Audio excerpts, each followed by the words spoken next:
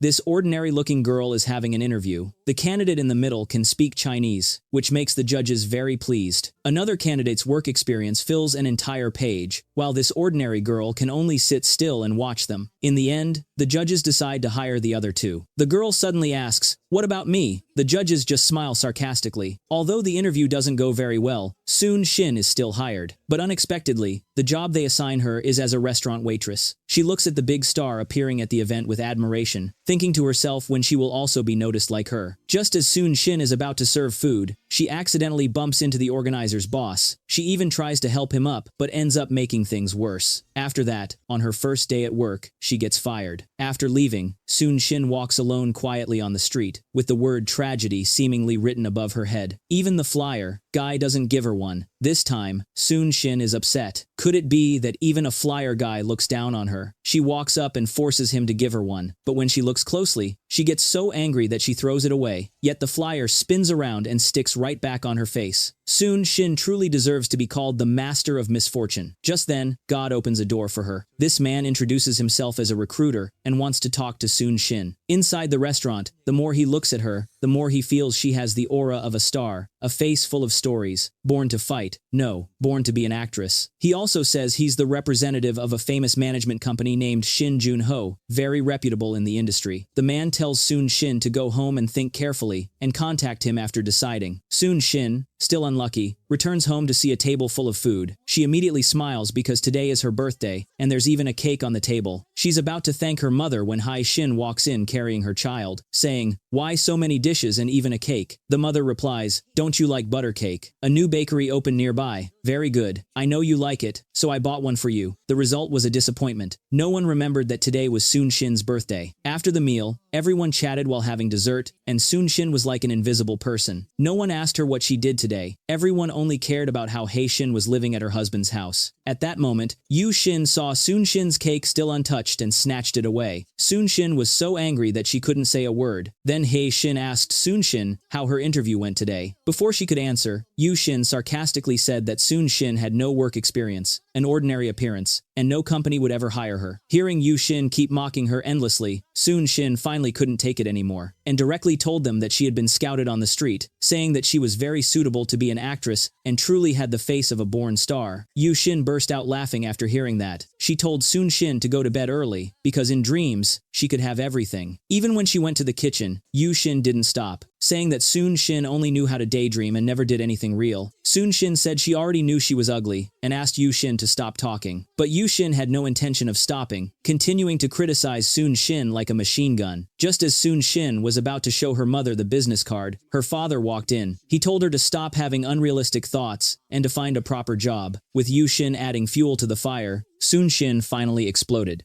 "I won't do it anymore. I won't be an actress anymore. Is everyone happy now?" After saying that, she threw the business card and turned away. That night, her mother couldn't sleep. She went to the living room and found Soon Shin sleeping there. Since Hai Shin had come home, Soon Shin was kicked out by Yu Shin to sleep in the living room. The mother felt heartbroken when she saw that. She went into the kitchen and picked up the business card. The next day, she took Soon Shin to meet the recruiter. The mother was afraid that Soon Shin might be scammed, so she went along to check. As soon as the recruiter sat down, he praised the two of them. "Please entrust your daughter to me. Within a few years, she can be trained into a big star." Soon Shin's mother could hardly believe it, and nervously drank water in gulps. Then the recruiter took out a contract and said they could sign it once they had decided. The mother opened the contract and saw the number 20 million written on it, then asked, "Is this the amount we have to pay you?" The recruiter said that the money was for them and could be transferred directly into their account today. At that moment, Soon Shin was a bit dazed and quickly drank some water to calm herself down.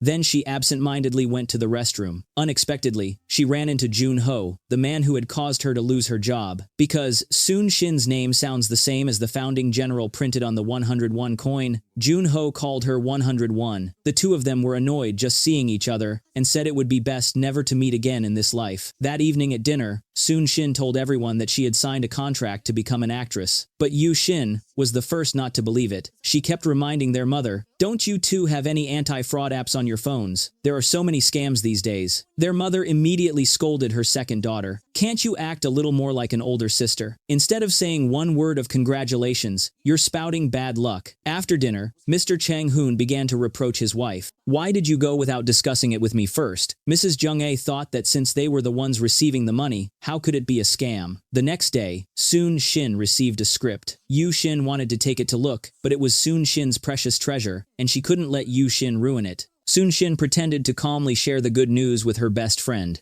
But only a few days later, she received a phone call. "This is Soon Shin. What? A loan?" When she arrived at the bank, she was shocked to find that her personal loan balance was now 20 million won, but Soon Shin said she had never borrowed any money. The bank clerk reminded her that she might have exposed her personal information. At that moment, Soon Shin suddenly thought of something and went out to call the recruiter, but no one ever answered. She took the business card the recruiter had given her and went to the company. As soon as she entered, she demanded to see Representative Shin Junho. Then the representative's secretary came out. Soon Shin told him that she was a new artist who had just signed a contract with them and that they had even given her 20 million as a signing bonus. The secretary took one look and felt she wasn't the type their company would ever pick. Then, as if realizing something, he said, "You got scammed too." "Scammed? What do you mean? What did that guy even look like?" So Soon Shin went to the police station. The police told her that she was not the first person to be scammed. There had already been several victims before. The recruiter had used Soon Shin's personal information to take out a 20 million won loan, then said he needed funds and asked Soon Shin to transfer him 10 million. The police firmly told Soon Shin that the loan was under her name, so she had to repay it herself. Soon Shin wandered down the street in despair. She was about to change her life, but unexpectedly, she still couldn't escape bad luck. After that, she went back to the restaurant where she had met the recruiter and asked the staff if they had seen the man who had dined with her last time. But with so many customers coming and going, the waiter couldn't remember. When she returned home, her mother asked how the trainee class was. Soon Shin stammered a few vague answers, then said she had something to do and ran out. In the following days, she pretended every day to go to the training class, but actually sat in the restaurant, waiting for the recruiter. On the 5th day, she finally saw the man again. The moment the recruiter saw her, he grabbed his bag and ran. Soon Shin immediately stood up and chased after him. Just as she was about to catch the scammer, a car suddenly sped through the intersection. Soon Shin couldn't dodge in time and fell flat on the ground, giving the scammer a chance to escape. Junho got out of the car and looked. Wasn't that the same girl? But Soon Shin didn't care, got up, and kept chasing, though the fake recruiter had already disappeared into an alley. That made Soon Shin furious. She had waited in the restaurant for 5 whole days. Junho really had no way to defend himself. Soon Shin sat down on the ground and cried non-stop. It turned out that Junho was actually the real representative of the management company. Sitting across from Junho was a famous Korean actress and also his first love, named Yona. Today, he had come to sign a contract with the woman he once loved the most, but Junho was still too naive. Yona no longer had any feelings for him. It turned out Yona didn't believe in Junho's ability. Junho asked, "How do I have to prove myself?" Yona casually looked out the window. At that moment, Soon Shin was sitting there in misery, cursing Junho in her heart 1,000 times. Yona said to him, "If you can turn her into a star, I'll sign with you." In other words, this woman didn't want to work with Junho at all and was deliberately making things difficult for him. Meanwhile, with a tired expression, Soon Shin was about to leave when she noticed a staff member posting a hiring notice. So she went in to find the restaurant owner and said she wanted to work there. The waiter behind her strongly objected, but the restaurant owner agreed. He even stood up and advised Soon Shin, "There are plenty of men in this world. You don't need to cling to some married man. If he's run off and doesn't want to see you, then stop chasing after him." Soon Shin was about to explain, but couldn't say anything clearly, so she turned around and left. Early the next morning, Soon Shin hurried to work. She showed the restaurant owner a photo of the fake recruiter and said, "If he ever shows up, you must catch him." It truly was a small world. Working part-time at the restaurant, she ran into the person she hated most. Before Junho could say a word, Soon Shin had already turned away to leave. Soon Shin had been working there for 3 days now and still hadn't seen the fake recruiter. Just then, the annoying man appeared again. Every time they met, it happened this way. Suddenly, Junho remembered something. Yeon-ah wanted him to prove his ability, so he should turn the girl downstairs into a star. This was the true challenge for a top producer. Junho asked Soon Shin, "How tall are you? she turned around, wondering if this guy was crazy. But Junho ignored her look and began observing her figure. After a long while, he sighed. A rotten piece of wood can't be carved. It turned out that today Junho was there for a blind date. The restaurant owner thought the woman wasn't bad, but Junho was instantly irritated. The woman was even older than his mother. So he came up with an idea. He wrote his phone number on a piece of paper and told Sun-shin to call him in 5 minutes. Then he began his blind date with the woman. Since they had nothing in common, sitting there was pure torture for Junho. 10 minutes passed, and Sun-shin still hadn't called. Junho started signaling to her with his eyes. Reluctantly, Sun-shin called him. As soon as he picked up,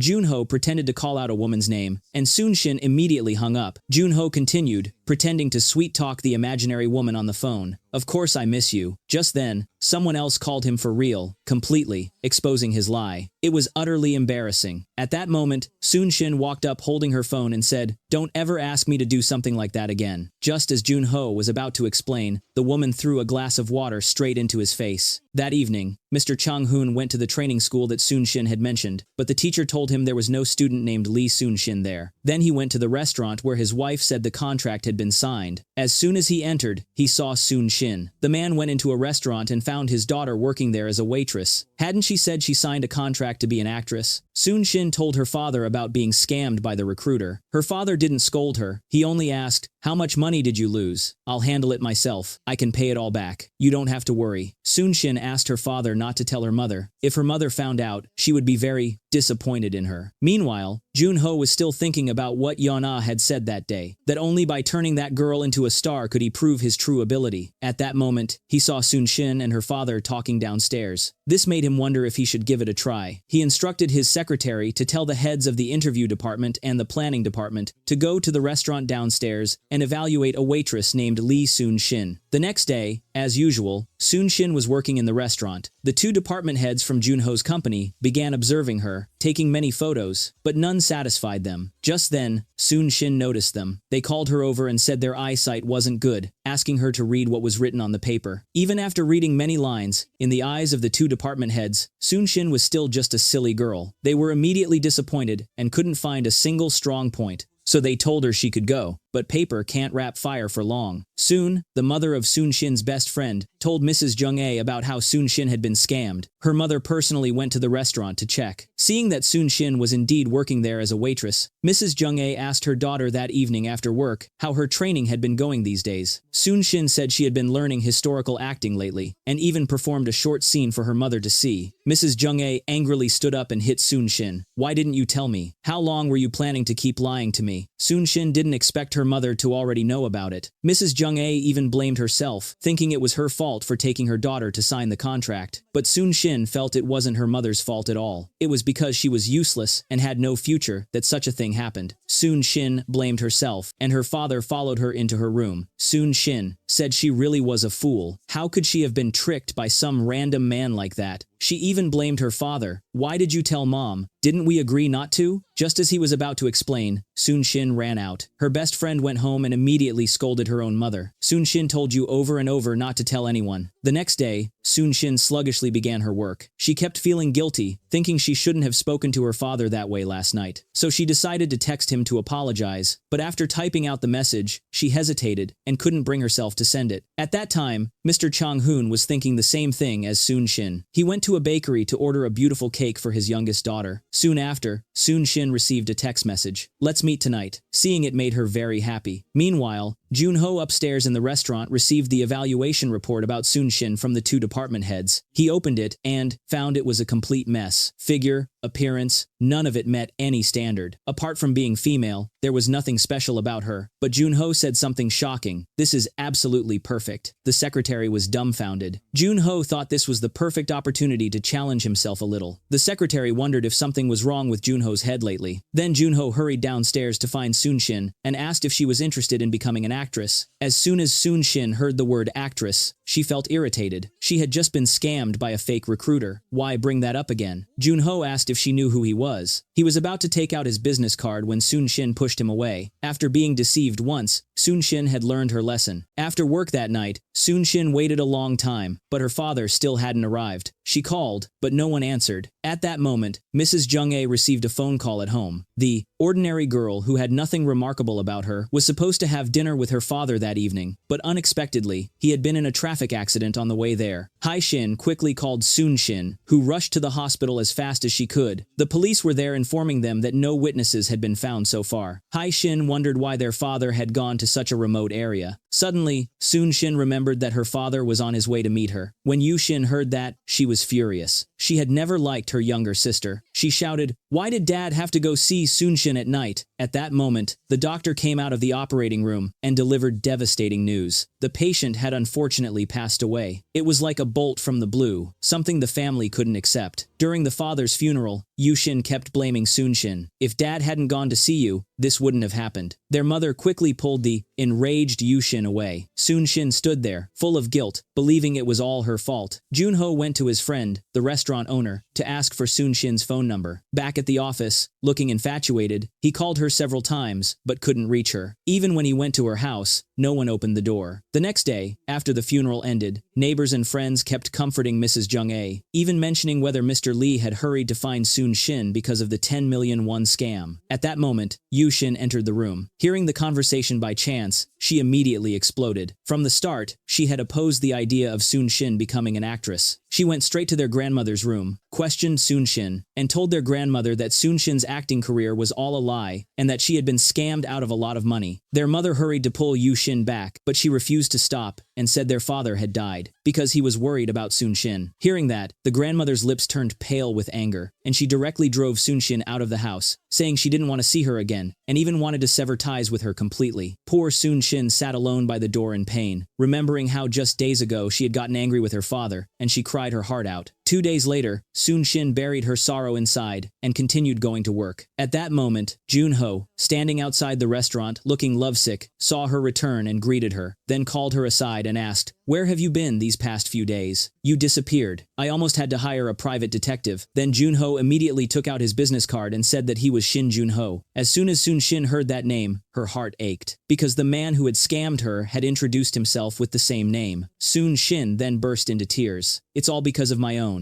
stupidity. Believing in that man named Shin Junho made me fall into debt for 10 million. If not for that, I wouldn't have argued with my father, and he wouldn't have come to see me. It's all because of Shin Junho. I'm not interested in any of that. Stars, actors, I don't care. Go do your own work. I'm not as free as you. Stop getting in my way." But Junho wasn't going to give up on Soon-shin so easily. That's how men are. The harder someone is to win over, the more unwilling they are to let go. Soon-shin's situation was also getting worse. When she returned home, Yu-shin had thrown all her belongings out and told her to move out immediately, saying she didn't want to share a room with her anymore. Soon-shin was truly miserable. After being rejected many times, Junho finally decided to show his sincerity. He pulled Soon-shin aside and directly took out a contract. As Soon-shin looked at it, the scene felt all too familiar. With a smug expression, Junho introduced himself again, saying that once he drew his sword, he would never sheath it. His behavior reminded Soon-shin exactly of that scammer. The way he acted and the tone of his voice were identical. The more she thought about it, the angrier she became. Why did every scammer have to target her? Just then, Junho received a phone call. A woman outside was waving at him. As soon as Junho went down, the woman threw her arms around him. Seeing that, Soon-shin could only sigh in disbelief. How could someone like him even exist? This girl was just a restaurant waitress, ordinary looking, with an unimpressive figure, yet she was chosen by a famous producer as a test of his own ability. He wanted to challenge himself. Junho's younger sister also wanted to become an actress, but her brother firmly refused, telling her to go back to school and focus on her studies. Yi-jung accidentally saw Soon-shin's photo on Junho's desk and said, "That girl is so ugly and still gets a contract. Why can't I? I'm 100 times prettier than her." Junho immediately snatched the photo back and told Yi-jung not to cause trouble. The next day, Yi-jung arranged to meet someone at the restaurant and happened to run into Soon-shin. She began examining Soon-shin's figure carefully. The more she looked, the more unimpressed she was. "Is my brother out of his mind? How could he like such an ordinary girl like Soon-shin?" Her words left Soon-shin confused. Yi-jung was about to make things even harder for her, but then deliberately poured water all over herself like some street shrew, shouting and accusing Soon-shin of doing it. Soon-shin hurried to help wipe her off. The waiter also came to apologize to Yi-jung, and he told Soon-shin to apologize immediately. For the sake of her job, Soon-shin swallowed her anger and said sorry to Yi-jung. But Yi-jung still refused to let her go, continuing to mock her. "That's why people need a good family education. Did your father teach you that?"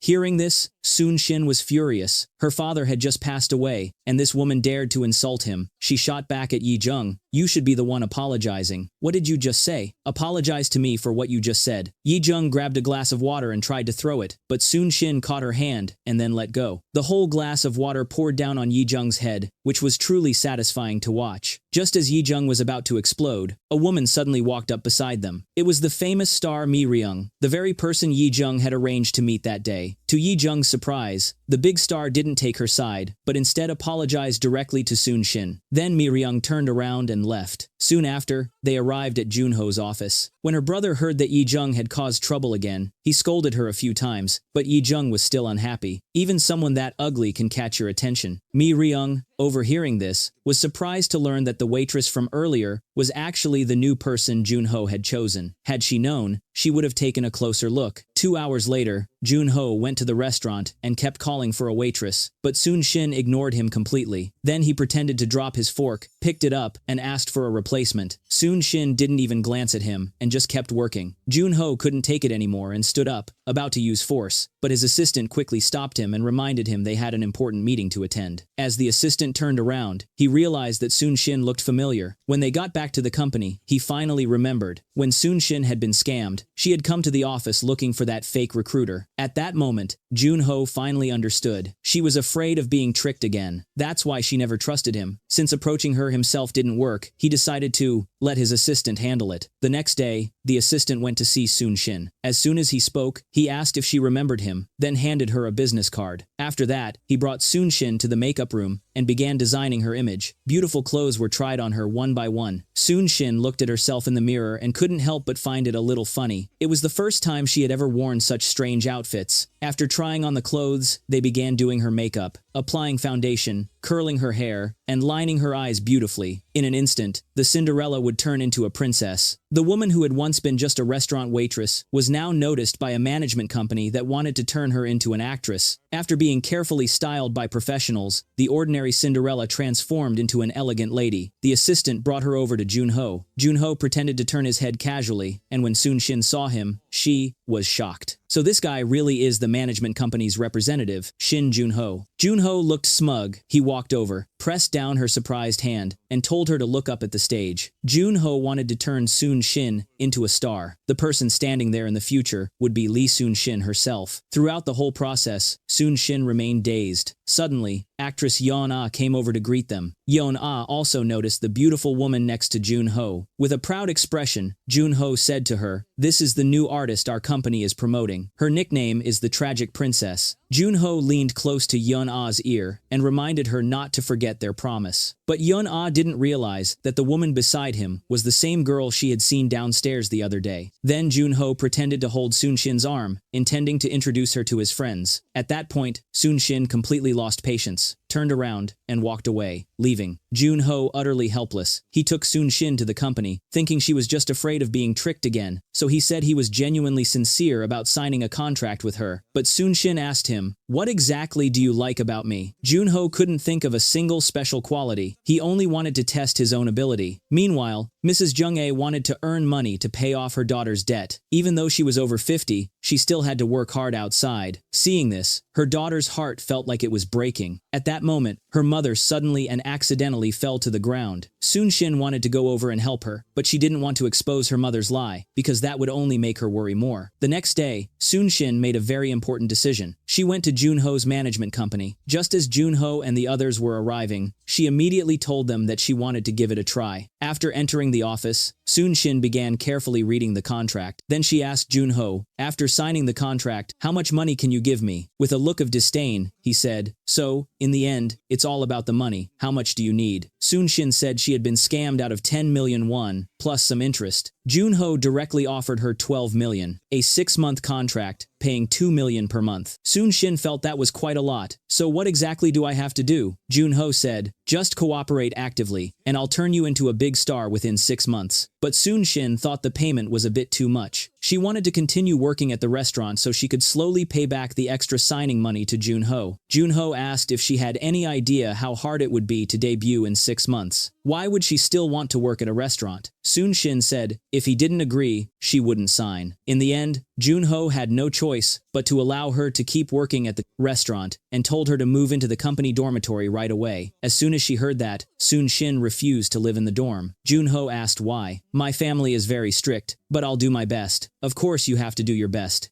Sun-shin quickly went home. Seeing the bank book on the floor, she understood everything. She told Yu-shin that the loan had been fully paid off, but she didn't tell her family about signing the contract. She only said that the restaurant owner was very kind, had made her an official employee, and had given her a year's salary in advance. The mother was very happy to hear the news, but Yu-shin still ignored Sun-shin. She stood up and left, and once in her room, she began fuming again. Sun-shin still wanted to make peace with her. Just then, Yu-shin's phone rang. Sun-shin picked it up and saw that it was Chan-woo. As soon as Yu-shin heard his name, she jumped out of bed, removed the battery, and placed the phone on the table. That night, Yu-shin couldn't sleep. While Sun-shin dreamed of eating fried chicken, Yu-shin went to the table, put the battery back into her phone, then called Chan-woo and asked to meet him. When they met, Yu-shin said directly, "Don't worry about what happened last night. She doesn't care." But Chan-woo felt he had to take responsibility and wanted to officially date Yu-shin. Yu-shin said, "Do you want to marry her just because you spent one night together?" Finally, Yu-shin told Chan-woo once again, "That night was just a mistake. Don't think too much about it," and then stood up and left. Meanwhile, Junho had started planning how to promote Sun-shin. If he wanted to train her to become someone like Song Hye-kyo or Kim Tae-hee, it would indeed be very difficult. Her physical proportions were quite limiting, and there was nothing particularly striking about her appearance. Someone asked what Sun-shin's education background was. The university she attended was an unknown one, so attracting attention through academic background like Kim Tae-hee or Han Ga-in would also be difficult. No matter how they discussed it, she was still just ordinary, with absolutely no notable strengths. Is this supposed to be an analysis? Are these the words of a professional? Just then, Yeona called him. It turned out she had remembered who the girl at the dinner party was, the same girl they had made a bet on at the restaurant. She even asked Junho, "With an image like that, can she really debut?" Junho told her to wait 6 months and see for herself. But as soon as he returned to the office, his subordinates began advising him to give up on signing her. They said there was absolutely no potential in Sun-shin, and that even plastic surgery wouldn't help. Then, one of them pulled out a plastic surgery proposal. It looked oddly familiar, since most Korean actresses ended up looking nearly the same. After looking at it, Junho was so angry he almost threw up. He didn't want to create a plastic surgery monster. Then he stood up and said he had made his decision. He would sign this girl no matter what. He was determined to turn Lee Sun-shin into a big star. After the meeting, Junho went to find Sun-shin and handed her a schedule, telling her to pay close attention to managing her figure. The road ahead was still very long. The restaurant owner asked her what was wrong. Just as Sun-shin was about to explain, her mother called, saying she was already outside the restaurant. It turned out Mrs. Junhae wanted to personally thank the restaurant owner for kindly giving Sun-shin a year's salary in advance. Sun-shin immediately tried to stop her, saying that the owner was out at the moment. But then, unexpectedly, the restaurant owner suddenly appeared and kindly invited her mother to sit down and talk. "Thank you so much for giving my daughter an advance of a year's salary. Mom, please have this drink." Sun-shin quickly interrupted. The owner seemed to realize something but smiled and said that Sun-shin worked very hard. "It's the least I can do." After leaving, Mrs. Junhae felt relieved and said that this time, Sun-shin had really met a good person. The next morning, at work, Sun-shin looked at the person beside her eating breakfast and wanted to take a bite, but Junho told her she had to lose weight. Finally, unable to resist, she went to a food stall and bought a crepe, but just as she was about to eat it, Junho took it away and told her from now on, she could only eat vegetables and fruit. Then he brought her to the gym and required her to work out there every morning before going to work. At that moment, they happened to run into the star Mirang, who was also training there. Mirang found Sun-shin's face somewhat familiar. Sun-shin quickly greeted her and thanked her for her help last time. Mirang remembered the incident at the restaurant and realized she was the newcomer Junho was promoting under the same company. Mirang extended her hand, and Sun-shin hurried to shake it. This was her idol. She couldn't stop thinking about the words Mirang had said, and even felt she never wanted to wash her hand again. Meanwhile, Mrs. Junhae sat holding a red scarf and fell into deep thought. The scarf reminded her of Sun-shin's childhood. It turned out that Sun-shin was not her biological daughter. Mr. Chang-hoon had found her abandoned beside a trash bin. Out of pity, she had adopted Sun-shin, but something didn't feel right, so she hurriedly took a photo out of a drawer, a picture of her husband when he was young, standing beside a woman. The woman in the photo was wearing the exact same red scarf. Mrs. Junhae brought the photo to her mother-in-law and asked about it. Her mother-in-law told her that the woman in the picture was named Kyung-suk, who had lost contact long before their marriage. The next day, Mrs. Junho was distracted at work, unable to stop thinking about whether the woman in the photo might be Soon Shin's biological mother. Later, she went to see her late husband's childhood friend and asked if he knew a woman named Kyung-suk. As soon as he heard that name, the man froze in shock. Mrs. Junho told him that her mother-in-law had already told her about the woman. She was someone from their village. Seeing that he couldn't hide it anymore, the man hesitantly said, "Kyung-suk was just a girl from our village. Her parents both passed away. She was a poor girl who grew up in an orphanage." He also tried to defend his late friend, explaining that the two only had a normal brother-sister relationship. But Mrs. Junho still found his words hard to believe, so she went directly to that orphanage. However, the staff could only find records up until the age of 19. After that, the woman never came back. Mrs. Junho asked them to help, look into it further, and contact her if there was any new information. Ever since the matter about the woman with the scarf came up, a wall had grown in Mrs. Junho's heart. The first thing Soon Shin did after work was to visit her mother. Her mother told her to go get some rest.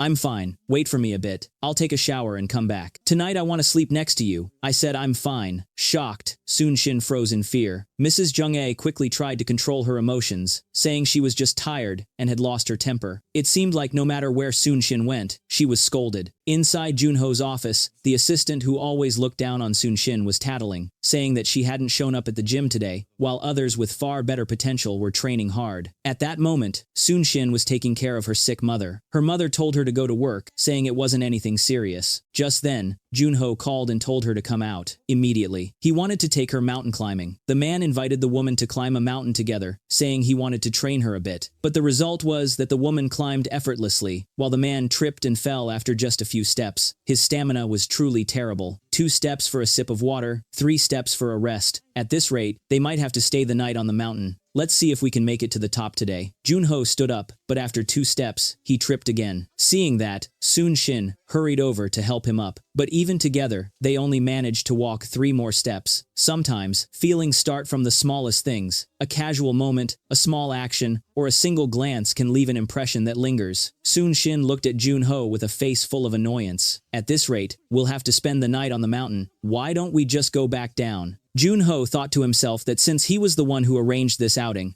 he had to finish it, even if it killed him. Soon Shin didn't seem to feel anything, but Junho's legs were already sore. Then Soon Shin suggested, "Why don't we stop by a nearby stall and get something to eat before continuing? I heard the lady there even gives free rice wine." Junho immediately shouted, "Aren't you supposed to be on a diet?" Soon Shin looked embarrassed. It seemed that from now on, even her favorite foods were something she wouldn't dare think about anymore. Mrs. Junho was lost in memories of the past. She began to suspect that her husband had secretly been unfaithful, and that Soon Shin was the child he had with his first love. Just then, the staff from the orphanage called, saying they had met someone who knew Kyung-suk and had asked for her phone number. Very soon, Mrs. Junho found that person and said she had something important and had to find Kyung-suk. But the woman said, ever since Kyung-suk got married and moved abroad, there's been no news from her. This woman, who had an ordinary appearance and limited ability, struggling even to find work, had by chance been signed as an actress by a management company and was assigned a mentor who happened to be the famous star Mirang, Soon Shin's idol. Sometimes, luck comes when you least expect it. However, because Soon Shin's figure wasn't ideal and her looks weren't outstanding, the assistant came to the office early in the morning. He showed Junho some promotional photos of Soon Shin, saying he had already hired professionals to retouch them and sent them to several directors. The feedback was terrible. At this rate, she wouldn't even get a chance to audition. Junho sighed deeply. It truly seemed too difficult. The assistant then suggested that Junho let Soon Shin get plastic surgery, as it appeared there was no other way. So Junho took Soon Shin to his father's plastic surgery clinic. Soon Shin was confused, not understanding why they were there. Junho said, "I also hate plastic surgery. They're just going to do a consultation. Don't be so scared." Then they entered the director's office. Junho began asking his father if there was any kind of cosmetic procedure that would look natural and unnoticeable. He said the girl's face really didn't have any distinctive features. Soon Shin immediately stated that she had no intention of undergoing plastic surgery. After apologizing to the director, she turned and left. As Soon Shin stepped outside, she ran into Chan-woo, the man she had liked since childhood. She was about to greet him when she saw Yushin talking to him. Yushin was bringing up things from the past, and Chan-woo said he wanted to date her. Soon Shin stood quietly to the side, watching them. She had liked Chan-woo ever since she was a little girl. Then she turned and walked away. Junho, standing behind, took one look and immediately understood what was happening. He ran after Sun Shin and asked, "You really like that man, don't you? The woman next to him is very beautiful. You can't compare to her." He then told Sun Shin to come inside with him, saying he could change her into the kind of woman that man would like. Sun Shin didn't want to pay him any attention, but Junho refused to give up. He said, "What exactly do you want? You won't do plastic surgery. You won't even change your name. How am I supposed to change your life like this?" Sun Shin asked him back, "Are you trying to prove your ability through plastic surgery? Isn't it because I'm too ugly? No passion, no talent, no determination.